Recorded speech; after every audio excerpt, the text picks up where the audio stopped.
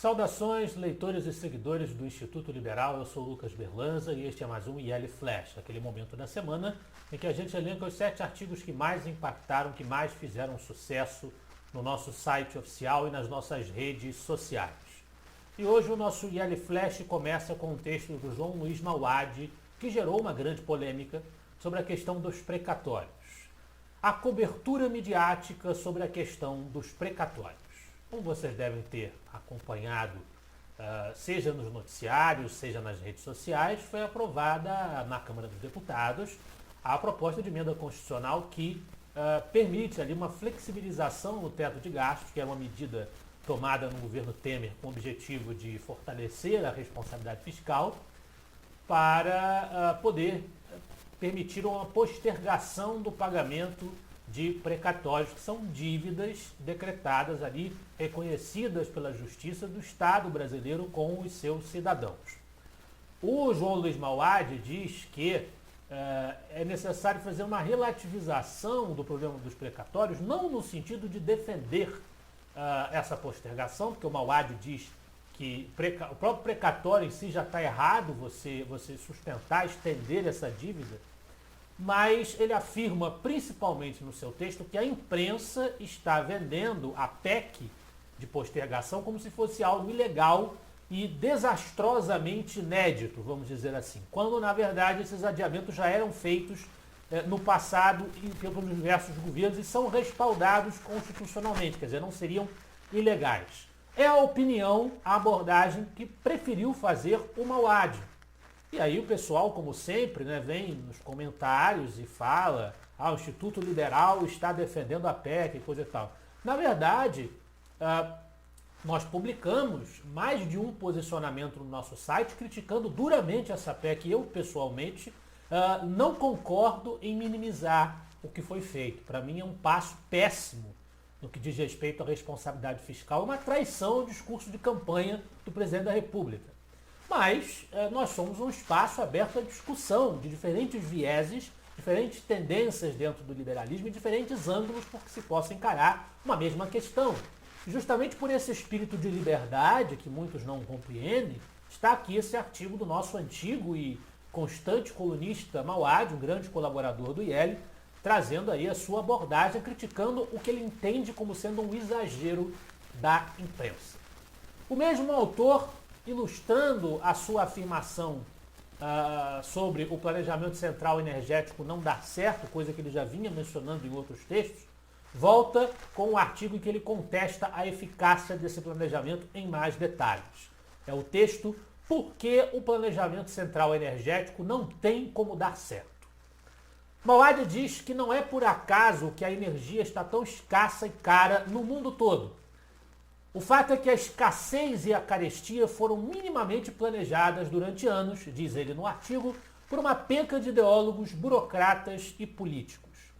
A pandemia do coronavírus e as paralisações forçadas da economia que decorreram dessa pandemia e das decisões tomadas pelos governos no mundo inteiro só abreviaram o que já era inevitável.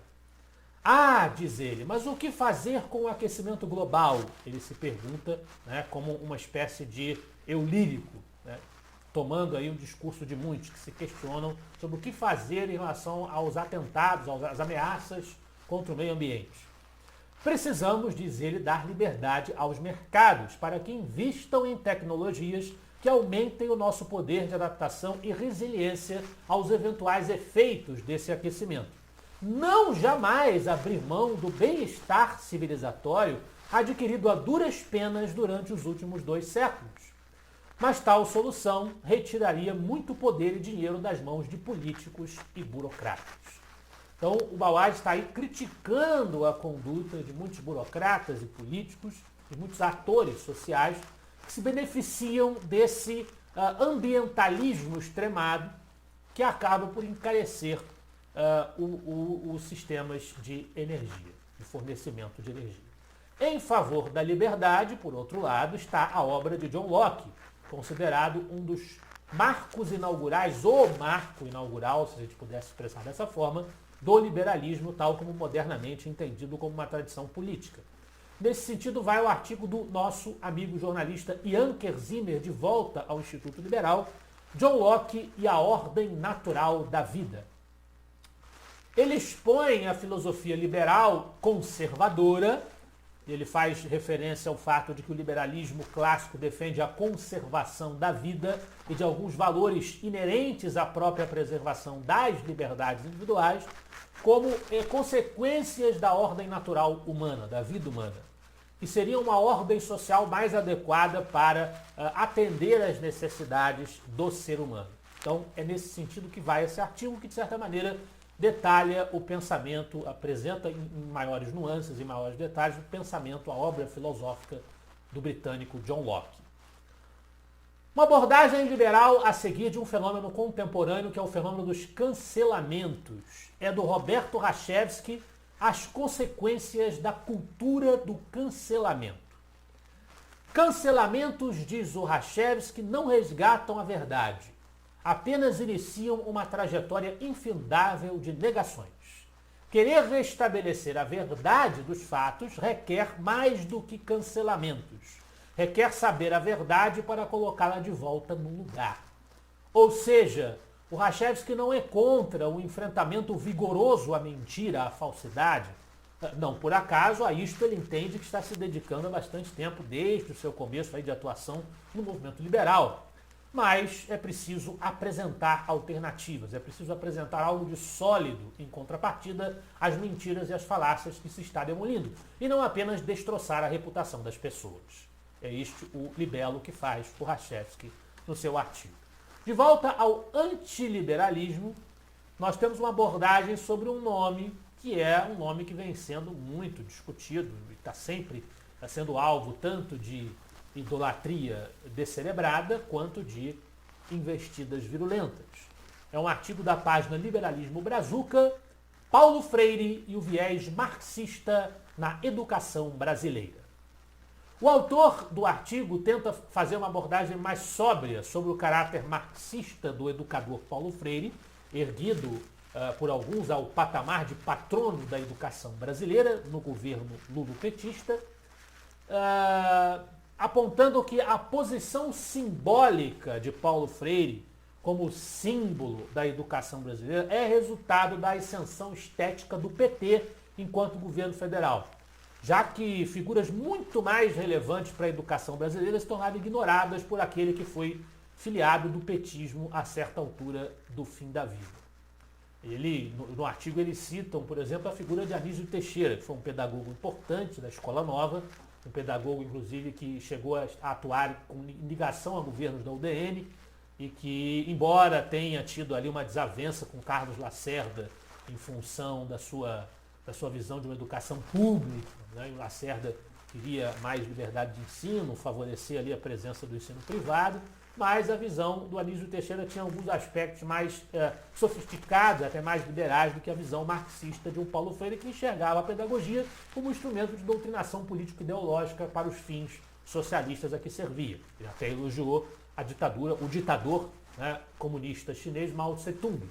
No entanto, o texto tenta ser sóbrio e apontar que, na verdade, a educação brasileira tem problemas de raiz muito mais profunda do que o Paulo Freire tão somente. Não é apenas o Paulo Freire que faz essa influência, nem sequer ele seria a causa predominante.